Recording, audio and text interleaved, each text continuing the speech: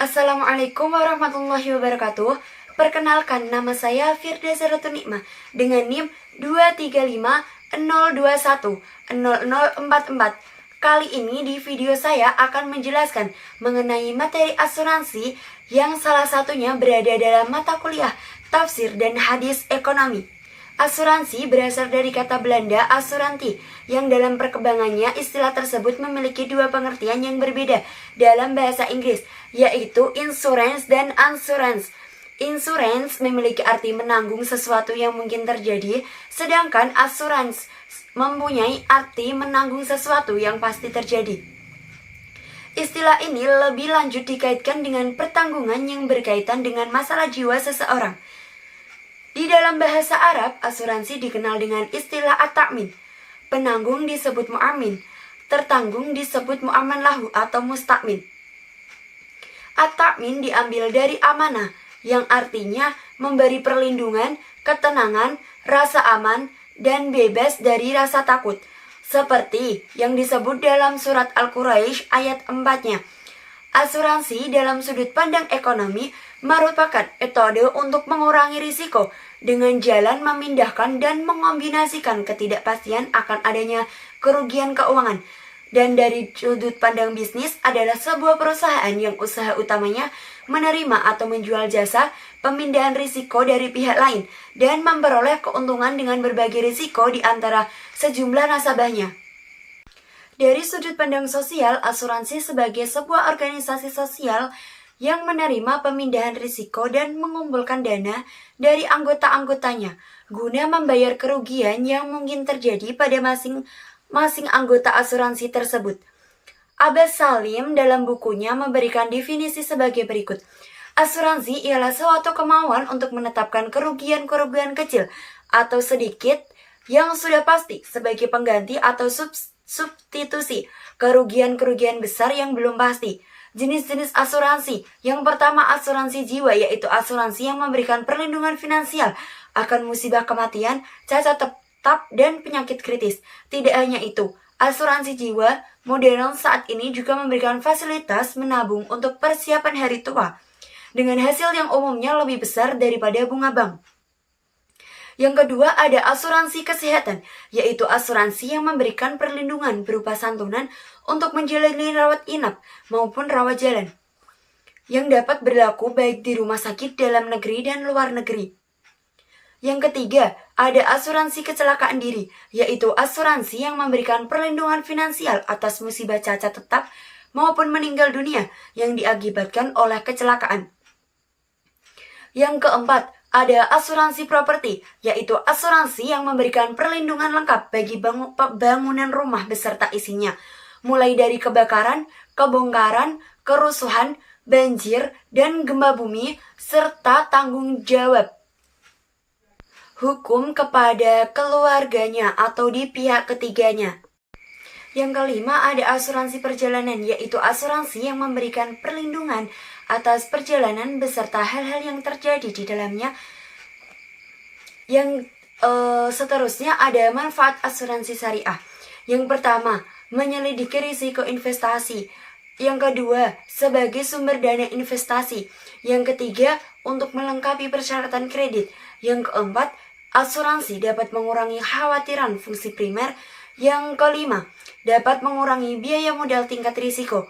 Yang keenam, menjamin kestabilan perusahaan bagi perusahaan. Yang ketujuh, meratakan hubungan dengan berusaha menentukan biaya-biaya kebetulan yang mungkin dialami pada masa yang akan datang. Dapat menyediakan layanan profesional perusahaan, dapat mendorong usaha pencegahan kerugian perusahaan dan membantu memelihara kesehatan perusahaan. Selanjutnya ada ayat dan hadis tentang asuransi. Di kalangan muslim terdapat kesalahpahaman bahwa asuransi itu tidak islami. Mereka berpendapat bahwa asuransi sama dengan mengingkari rahmat ilahi. Hanya Allah lah yang bertanggung jawab untuk memberikan mata pencaharian yang layak kepada kita. Dialah yang menentukan pencaharian yang layak bagi makhluknya. Ini dinyatakan dalam Al-Quran pada surat Al-Hijr. yang bunyinya wa ja'alna lakum fiha ma'aisha wa ma layastum lahu biraziqin, yang artinya dan kami telah menjadikan untukmu di bumi keperluan-keperluan hidup, dan kami menciptakan pula makhluk-makhluk yang kamu sekali-kali bukan pemberi rizki. Pada surat Al-Hijr ayat 20. Maksud dari ayat-ayat tersebut berarti Allah menyediakan makanan dan pakaian kepada manusia tanpa usaha sebenarnya. Semua ayat itu membicarakan tentang ekonomi di masa depan yang penuh kedamaian yang selalu dibayangkan Islam. Seperti yang dinyatakan dalam Islam bahwa manusia sebagai khalifah Allah di bumi hanya dapat mempertahankan gelarnya yang agung bila ia melaksanakan perintah yang terkandung dalam Al-Quran dengan penafsiran yang tepat. Yang selanjutnya ada hadis yang diriwayatkan dari Tirmizi, yang artinya orang beriman terhadap orang beriman lainnya adalah seperti sebuah bangunan, yang satu menguatkan yang lainnya.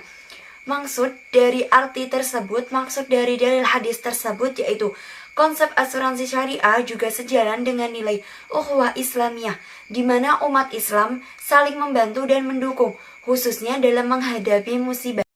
Menurut mazhab Hanafi, rukun kafalah atau asuransi hanya terdiri dari satu elemen, yaitu ijab dan qabul. Sementara itu, menurut para ulama lainnya, rukun dan syarat asuransi ada 10.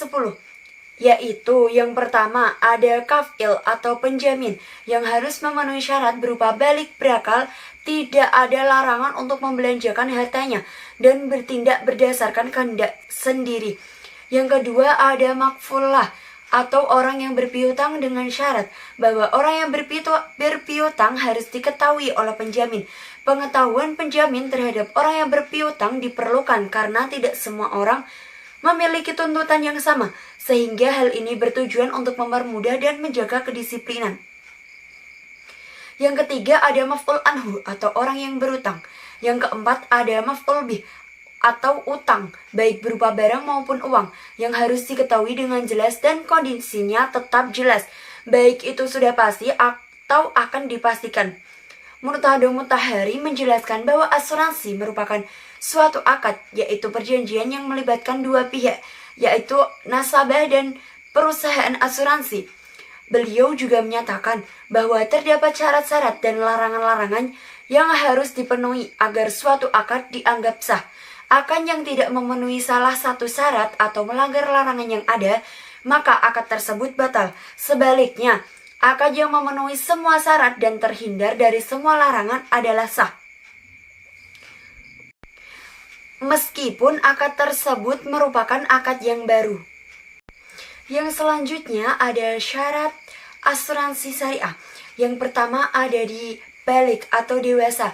Yang kedua berakal, karena transaksi yang dilakukan oleh orang yang kehilangan akal adalah tidak sah, sehingga perjanjian asuransinya juga batal. Ketiga ada ikhtiar atau kehendak bebas, di mana tidak boleh ada paksaan dalam transaksi yang tidak diinginkan. Yang keempat, tidak sah transaksi yang berkaitan dengan sesuatu yang tidak diketahui. Syarat ini berlaku dalam semua transaksi, misalnya jual beli barang yang diketahui atau pembayaran harga atas sesuatu yang tidak jelas, karena transaksi semacam ini dianggap seperti perjudian. Yang kelima, tidak sah transaksi yang mengandung di unsur ribanya. Yang terakhir ada prinsip-prinsip asuransi syariah. Yang pertama ada prinsip ta'awun, yaitu tolong-menolong. Pada prinsip ini kita saling membantu dengan cara menyisihkan sebagian dana untuk menghadapi risiko bersama. Dana ini disebut dengan dana tabaruk atau sumbangan. Yang kedua ada prinsip takaful atau saling melindungi, yaitu berkomitmen untuk saling melindungi dari risiko tertentu. Yang ketiga ada prinsip tabaruk atau sukarela. Nah, premi atau iuran biasanya dianggap sebagai sumbangan yang diberikan dengan niat ikhlas untuk membantu sesama peserta yang mengalami musibah.